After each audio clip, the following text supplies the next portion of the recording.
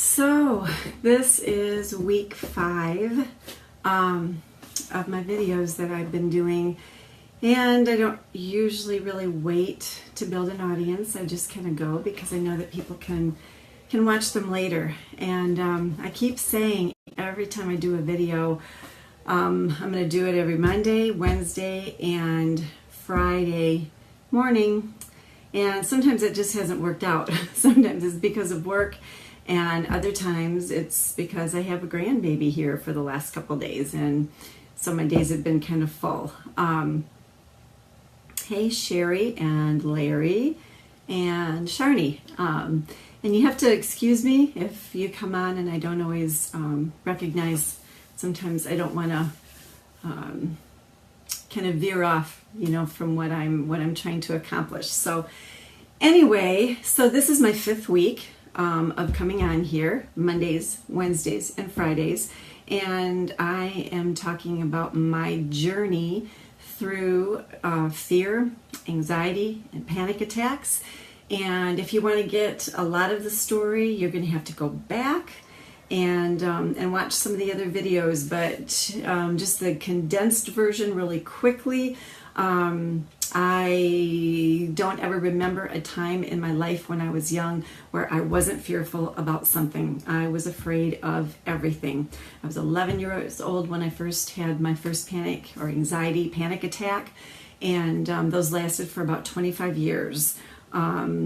Off and on, more on, than off. And but the awesome thing is like I say in my headings, is that it is my journey through fear, anxiety, and panic attacks. Because when you go through something, if you say I'm going through it, you're going through a door, right? You're coming out on the other side. And I have come out on the other side, and I've been free for about 20 years now. So I'm just sharing my journey. I'm just making it very real, and just so people get an idea of where I was. I want to be an encouragement. I want people who are going through this to know that they are not alone, even though you know that you're not. Like I've said before, like when I first started this, there was no Google, there was nothing that I could look up, there was nothing that I could compare it to. When I explained it to a few people, they were like, nope, I've never felt like that. My doctor tells me I'm a normal teenager. So I truly felt so alone. But even though now you can Google it and go, wow, there's millions of people that are struggling with this, you still feel alone. You still feel isolated, because half the time, you're in your home, you're wherever you're at, you're feeling like this, you're thinking about the outside world, thinking, I know there's people who feel like this, but I just feel like there's not. I just feel alone. I just feel like I'm the only one, but you're not. You're absolutely not. So I'm very passionate about this subject, and I'm passionate to see people set free. I'm nobody special, If it can happen for me, it can happen for anybody. So, and I know some of the things that I say. I know some of the things that I've said. Some of you are not going to agree with it. Some of you are not going to, you're just not going to agree with it. You're just going to be like, nope, that's not right. That's not what my doctor said. That's not what my therapist said. That's not what my counselor said. That's not what I've read about this stuff. So, and that's okay. That's all right. If you are entitled to believe anything that you want about this, but I have learned certain things that I had to not believe anymore, that I had to lay by the wayside if I was going to break free, right? So what I put tonight was, I don't call it mental illness, and I don't. And the reason I don't do that is because I know what it is, and I know what the origin is. One of the things that really helped me with this, and is something that it says in the Bible, actually, and it says that you have not been given a spirit of fear, but one of power and one of love and a sound mind. And I firmly believe there's a spirit of fear. We are in a very a spiritual world. We sometimes forget about that because we go about our lives and everything is automated, and we're on the internet and we're driving our cars, and we forget about the fact that it really is a spiritual world, and there is a spirit of fear that can get in there. It can get in there for many different ways, many different reasons. I can kind of trace mine back, but it's a spirit that gets in there. So I do not perceive it as mental illness. Did I feel like I was going crazy sometimes? Yes. Was I? No. Mm-mm. Did I feel just out of control at times during fear, anxiety, and panic attacks? Absolutely. But did it ever get really out of control, to where I'm, not aware of what I was doing or anything like that? No. But I'm going to tell you another reason why I don't consider it that as well. And like I said, I get real. I'm going to get real with these things. So I had exhausted at this point everything. I didn't know. I'd been to counselors. I'd been to therapists. I'd been to psychologists. I have read books. I've just doctors, here's some more medication. I had prescriptions. I would just crumble them up and put them in my glove box. And I'm like, no, there's going to be something out here. So one of my last resorts was somehow we heard about this Christian psychiatric hospital in the Chicago area. And it was like, okay, let's give that a try. And I had to be bad. I had to be struggling badly to leave 3 small children. Sometimes I could barely leave my home. A lot of times I'd have to come home from doing whatever I was doing, or I didn't want to go, or I wouldn't go, to go to Chicago and to know I'm going to be by myself in this hospital without I'm telling you, that was a fearful thing to begin with. But I get to this, I've never been in a Christian psychiatric hospital before, right? Or any psychiatric hospital. It was clean, it was nice, but I was absolutely not prepared for what it was. I could still function, right? I could still take care of my kids, even though I was dying inside every day, even though I was crawling out of my skin inside. I wasn't prepared for the fact that I had to eat there by the nurse's station, for 4 days before I could get enough points to go eat out with others. I wasn't prepared for the fact that I was in there with people of all kinds of things. They would bring people in on stretchers who were screaming and kicking, and a couple of the men that I had to eat with, because we were we came in at the same time into this hospital. They were dealing with sexual issues, not pornography, but kind of pornography issues, and they're telling me this. We made baskets, we made wreaths, we did stuff like that. We had these group therapies where we'd have to fall backwards and people would catch you, and I had to make my bed for 2 weeks before I got to do this and do that. And it was like, right there, I'm going, this is not what I need. This is not going to take care of fear, anxiety, and panic attacks.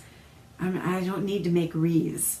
I know how to make my bed. I don't need that. I don't, I can't go into the outside world. I couldn't go out to the courtyard to play basketball until I had good behavior and things.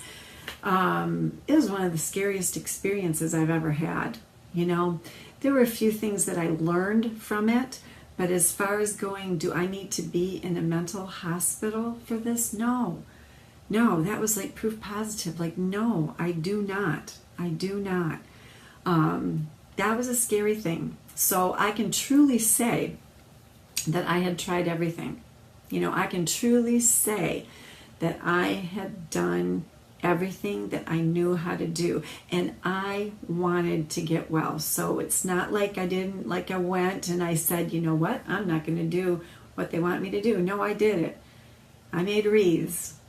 I made flower baskets, right? I was in these group therapies, with people of all different things. They just lumped everybody together into one thing, and everybody's dealing with something else and hoping that this is going to help everybody. But I'll tell you, it didn't. You know, I came back from that experience and spent 4 years with a counselor that they suggested that I go to. 4 years. And believe me, when I broke free, the things that I learned that I needed to know in order to break free, I never ever heard 1 ounce of that at this hospital I was in. I never heard 1 ounce of it from the counselor that I was with. And there was a few, or psychologists, psychiatrists. Boy, it was very disappointing. It was very, you just get to the end of your rope and you go, I don't know what else to do. I don't know where else to go. I've exhausted every possible thing, and that's where I was. And but man, it got to the end of my rope, but boy, there was hope there. There was hope, and I'm going to get into that.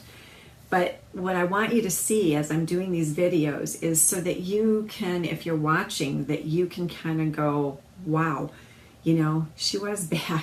Wow, you know, like I never knew. And people will say that to me, especially now that I'm doing the videos. Some of my Facebook friends are just like, really? Like I never knew. Like I grew up with you. Like I knew you in your 20s. Like I knew you. And you know, you can keep it kind of under wraps, you know. And I think you have that thought where I did, because some days were okay, right? Some days were okay.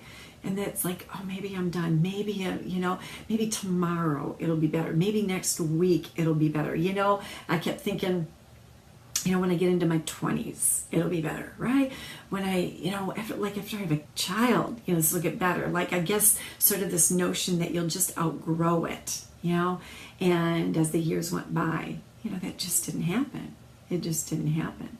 But I want people to know where I was with this so that you get the fact, like maybe you're not even as bad as I was. Maybe you're not even, so that I can give you so much hope. I think I said that in my last video, man, you gotta have hope. You cannot let that glimmer of hope diminish. You just can't. And that's what I want to do, is give you hope. And I'm so passionate about that. And if any of you are watching this that have shared it, I'm so grateful for any of you who have shared these videos. I know some of you have shared them every single time that you've watched them. And I'm so grateful, because there's so many people that need this. There's so many people that need to hear this, and that need to have hope, and that need to know that they can be done, and that need to know if somebody else can, and I'm not the only one, definitely, then I can do it too. You know, in life, if you hear that somebody has done something, and somebody has overcome something, and somebody has, you know, won this record or done this or done that, you can look and go, you know what? If they did it, I can do it too. And that's the kind of hope that I want to generate here. Going, wow, this girl was bad. Maybe some of you know me, some of you don't, who are watching this, and go, wow. But she's overcome, so guess what? That ignites a hope in me that I can overcome. That is what I want to instill. That is what I want to see happen with people. And as I go forward, I will get more into that. But right now, yeah, that's what I wanted to talk about tonight. Just kind of get into that. Again, I don't call it mental illness. You know, does it originate in the mind? Does the majority of this have to do with your thoughts and your thinking? And yeah, it absolutely does. It absolutely does. But it's a spirit, you guys. It's a spirit of fear that gets in there. It gets in there, and it grows, and we get scared about it, and it becomes that vicious cycle of fear, anxiety, panic attacks. What if? I'm not going to go there. It happened last time, so I'm not going to go there anymore. It happened there. I'm not going to go there. What if it happens here? What if it happens there? What if? It keeps going. It keeps spiraling. Yes. Does that happen in your mind? Yes, it does. Yes, but you're not crazy. You're not mentally ill. You're dealing with a spirit of fear, and it got in there, and guess what? It can get out as well. And that is the absolute truth. That's the absolute truth. So please be encouraged by that. Please share this video, or at least let people know that they can get on my wall and watch these videos. And yeah, and I'll be back on Wednesday. I'm not going to say morning because I think grandbaby's still going to be here. So, you know, could be morning, could be evening. But I'm so blessed by you guys who are watching it. I'm blessed by people who have given me messages, you know, saying that this is encouraging them. That's what I want. That's what we're here for, right? We take something that we went through that was bad, and God allows us to turn it around and use it for good and help a lot of people in the process. You know, never in a million years did I think that I would be in this position right now doing this. But, you know, it's amazing. It's amazing. And God is doing it because He wants everybody set free from this hellish spirit of fear, anxiety, and panic attacks. And that is true. So thanks for watching, guys.